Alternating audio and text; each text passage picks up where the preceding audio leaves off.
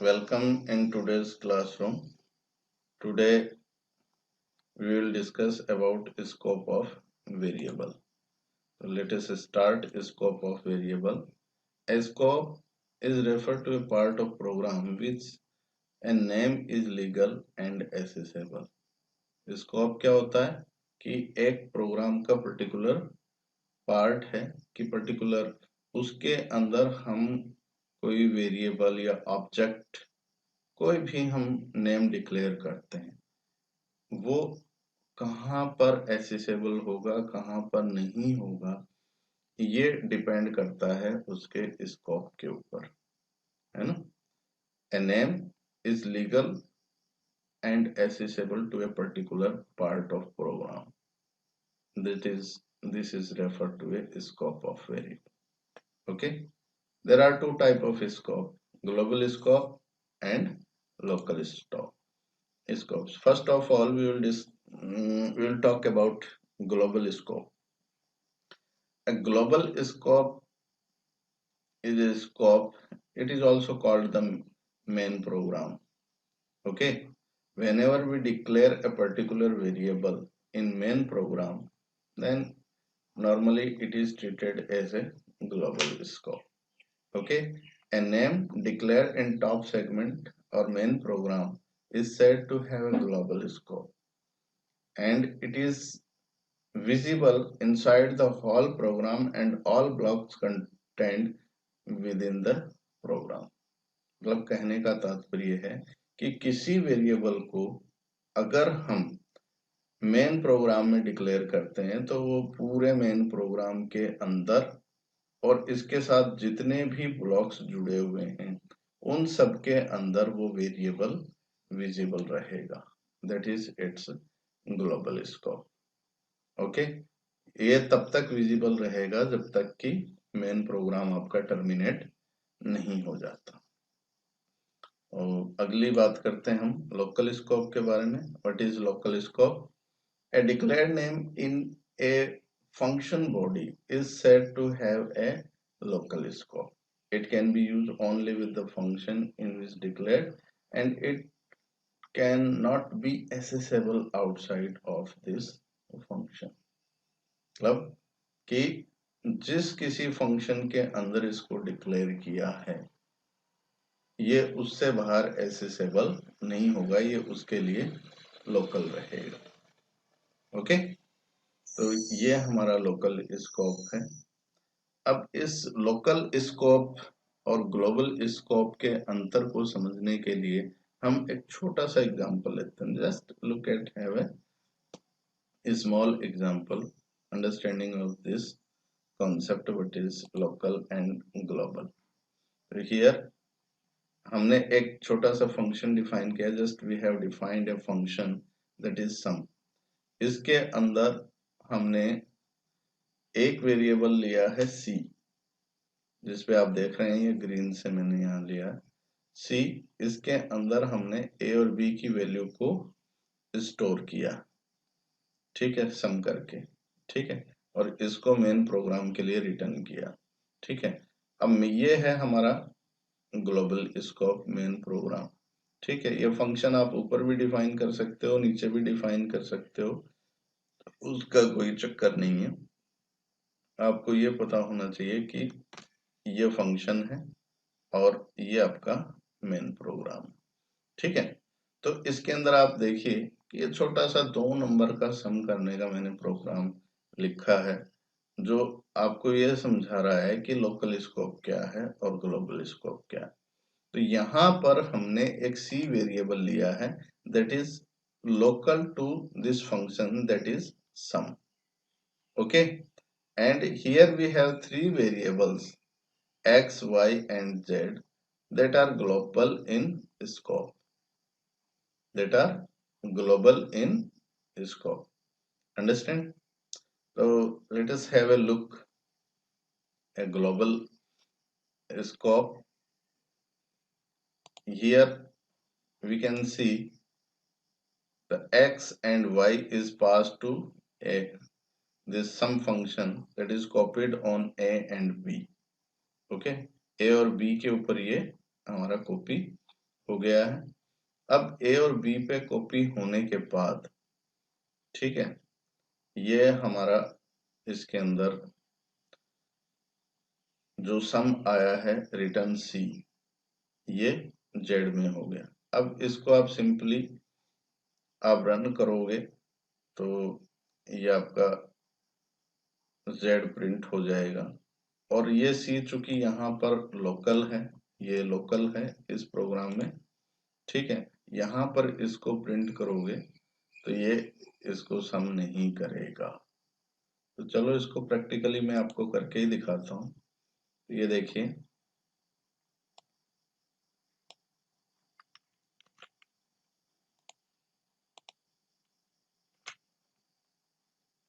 इसको मैं रन करता हूँ।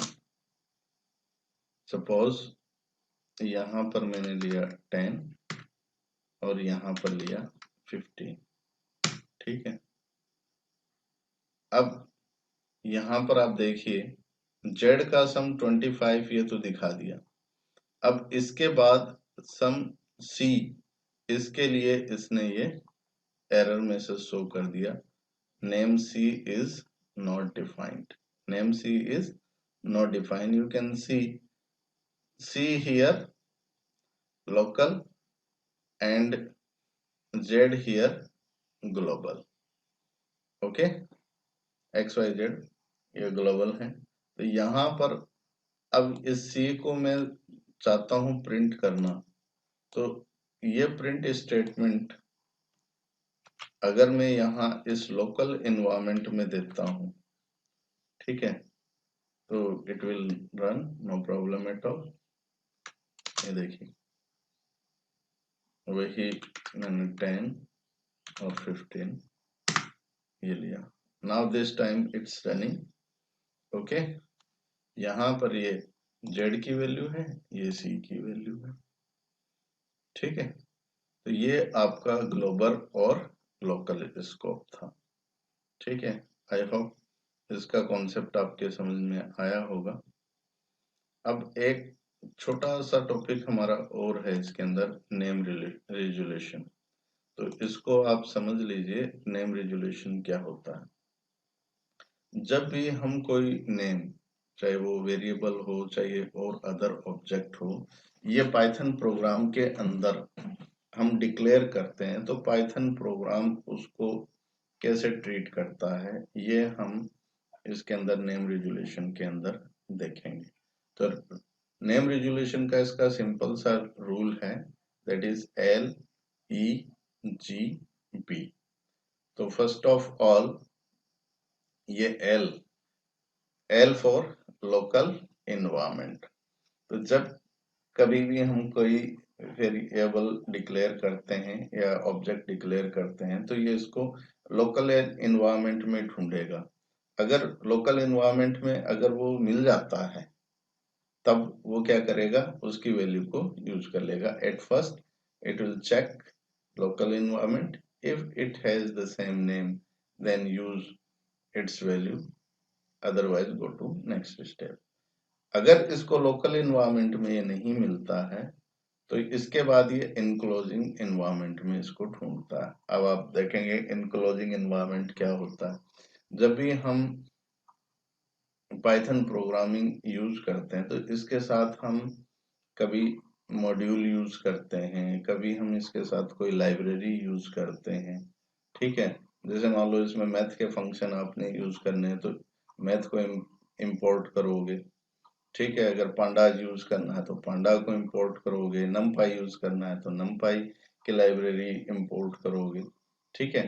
तो वो इसका इनक्लोजिंग एनवायरनमेंट है, ठीक है। या फिर आपने अपना खुद का कोई मॉड्यूल बनाया हुआ है, तो उसको आप यूज कर सकते हैं, ठीक है। तो अगर उस एनवायरनमेंट में भी अगर ये वेरिएबल नहीं मिलता है, in this step it check the same in enclosing environment. If it finds the variable, then use its value, otherwise move to the next step. अगर enclosing environment के अंदर वो वेरिएबल मिल जाता है, that is okay, उसकी value को use कर लिया जाएगा। और अगर नहीं मिलता है तो ये अगली स्टेप के ऊपर आएगा।